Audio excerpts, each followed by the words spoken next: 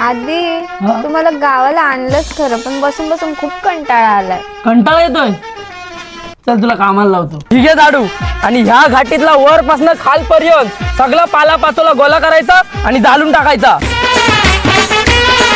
हे घे कपडे आणि नदीवर धुवाय चल. ठीक आहे कोयती. आणि सगळ्या काकी जशा रान साफ करतायत तसा तू पण कर. हे घे ह्यात शेण भर आणि घरी जाऊन खळा सारव.